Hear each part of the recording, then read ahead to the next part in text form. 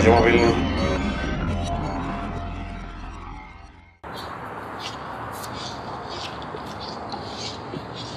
Da sam znao da je zavesnica, ne bi bio ni gorila ako mogu telefonu. Da mi neće rik neka Rudonja od overdoze.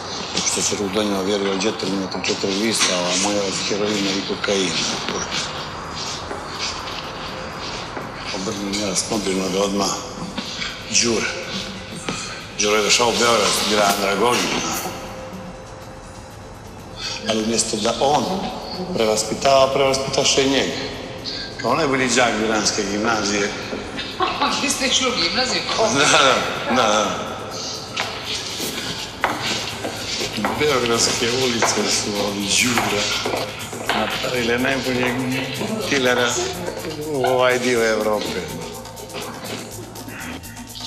Jesi li ti, Đuro, pitan ga, ja sam velik Pero, sad se vi sigurno pitate što ga zovem Đuro kad je on Pero. Pa kao svaki dio ima više imena, dan kao Josip Broz, to što ih ima dok je radio s opimom za narod. Što ti treba, neko treba li tvoja pomoć, vrlo ne mogu ti danas nikako pomoći ni Đuro zvani Pero. Danas ti DJ, kakav DJ Perko, a Ramadanovski ima kakav Ramadanovski, pošto. A on DJ diskoteku. Što će tebi te stvari? Perko, kako što će mi, šta da radim sa njih 1.000.000 tableta ekstazija, da ih pijem 18 puta dnevno i prije i poslije jela. Gdje ću ja to utopiti ako ne u diskoteku? Reci što ti treba, maj. Ja mu objasnim taka i taka stvar. Sad ti radim kao telohranitelj kod neke estradne zvijezde, znaš. Moram da je skinem.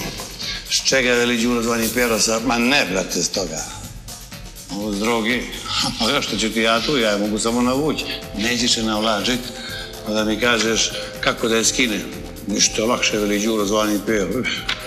I fino kad mi je objasnio, jako da je moje. Slušaj, ajmo kući da te skidam s droge ili ću ti oba silikona izvaditi iz tih grudi. Nemoj, brate, slatki, sve ću te slušati, samo mi u grudi ne diraj.